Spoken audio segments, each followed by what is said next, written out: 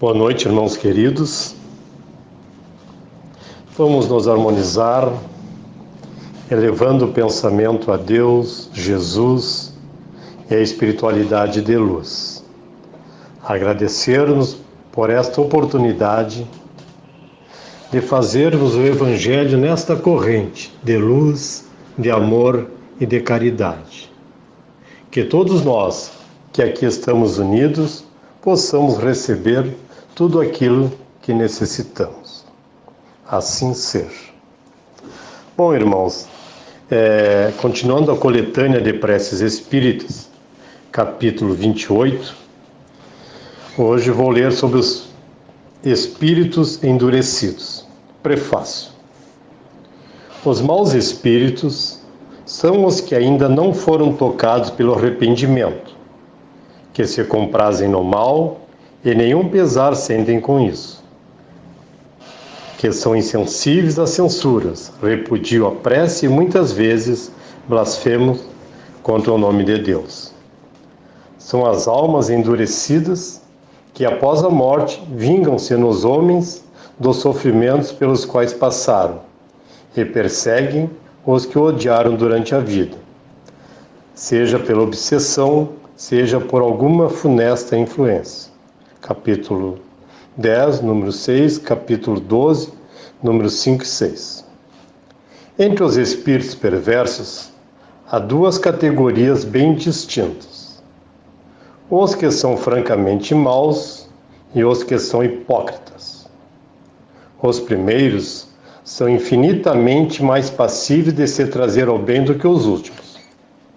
Na maioria das vezes, são brutos e grosseiros de natureza, como se vê entre os homens, pois fazem o mal antes por instinto que por cálculo, e não procuram passar-se por melhores do que são.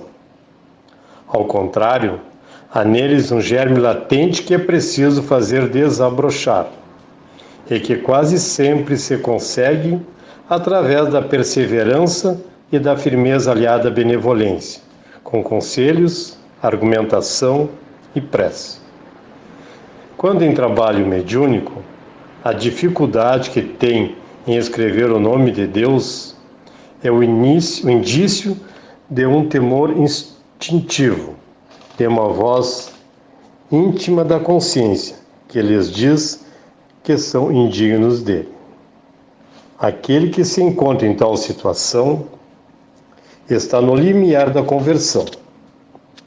Pode-se depositar toda a esperança nele. Basta achar o ponto vulnerável do seu coração.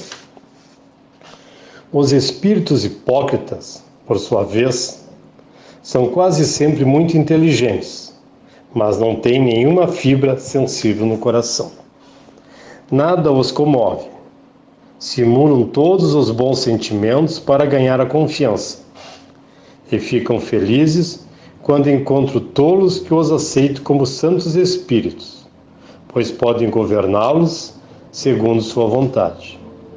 O nome de Deus, longe de inspirar-lhes qualquer temor, serve-lhes de máscara para cobrir suas torpezas. No mundo invisível, como no visível, os hipócritas são os seres mais perigosos, pois agem no escuro e não se desconfia deles. Tem uma fé apenas aparente, mas não a fé sincera. Agora vamos ler a prece.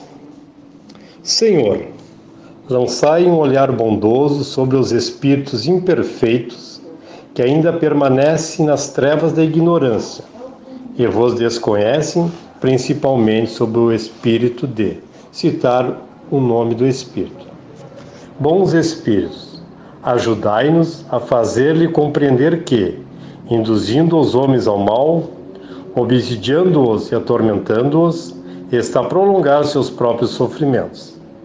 Fazei que o exemplo da felicidade que vós usufruís seja um encorajamento para ele. Espírito que ainda te comprazes no mal, ouves a prece que fazemos por ti. Ela deve provar que queremos fazer-te o bem, embora faças o mal. És infeliz, pois possível ser feliz praticando o mal. Por que então permanecer penando quando depende de ti sair disso? Olha os bons espíritos que te cercam. Vê o quanto são felizes. Não te seria mais agradável usufruir da mesma felicidade? Dirás que isso te é impossível. Mas nada é impossível para quem quer, pois Deus te deu, como a todas as suas criaturas, a liberdade de escolher entre o bem e o mal, isto é, entre a felicidade e a infelicidade. Ninguém está condenando a sempre praticar o mal. Se tens vontade de fazê-lo, também podes ter a de fazer o bem e ser feliz. Volta teus olhos para Deus, eleva-te um só instante até Ele pelo pensamento, e um raio de sua divina luz virá iluminar-te. Dize conosco essas simples palavras: ó Deus, eu me arrependo, perdoai-me. Tenta arrepender-te e fazer o bem em vez de fazer o mal, e verás quão logo sua misericórdia se estenderá sobre vós, e um bem-estar ignorado virá substituir as angústias que sentes.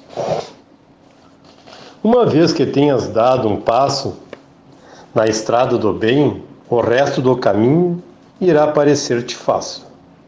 Compreenderás então quanto tempo de tua felicidade perdeste por tua culpa. No entanto, um futuro radiante e cheio de esperança abrir-se-á diante de ti, e fará que esqueças teu miserável passado, cheio de perturbação e de torturas morais, que seria o teu inferno se tivesse de durar para sempre. Chegará o dia em que essas torturas serão mais que desejarás aplacá-las a qualquer preço. Mas quando mais esperares, mais isso se tornará difícil. Não acredites que permanecerás para sempre no estado em que te encontras. Não, isso é impossível. Tem duas perspectivas diante de ti. Uma de sofrer muito mais do que agora, outra de ser feliz como os bons espíritos que estão à tua volta. A primeira é inevitável, se persistires em tua obstinação. Porém, basta um simples esforço de tua vontade para sair do transe em que estás. Apressa-te, pois cada dia de atraso é um dia de felicidade que perdes. Bons espíritos, fazei que essas palavras tenham acesso nesta alma ainda atrasada, a fim de a ajudar a reaproximar-se de Deus. Nós vos rogamos em nome de Jesus Cristo, que teve tão grande poder sobre os maus espíritos. Bom, irmãos, o prefácio já desta oração já é bem explicado, né? Bem claro, alude bem o que são os espíritos endurecidos. Então, portanto, não há necessidade de comentar. Então, novamente, vamos nos harmonizar, elevando o pensamento a Deus, a Jesus, aos espíritos de luz. Pedir que todos os nossos lares sejam visitados nesta noite pela paz, pela harmonia, pelo equilíbrio e pela luz divina.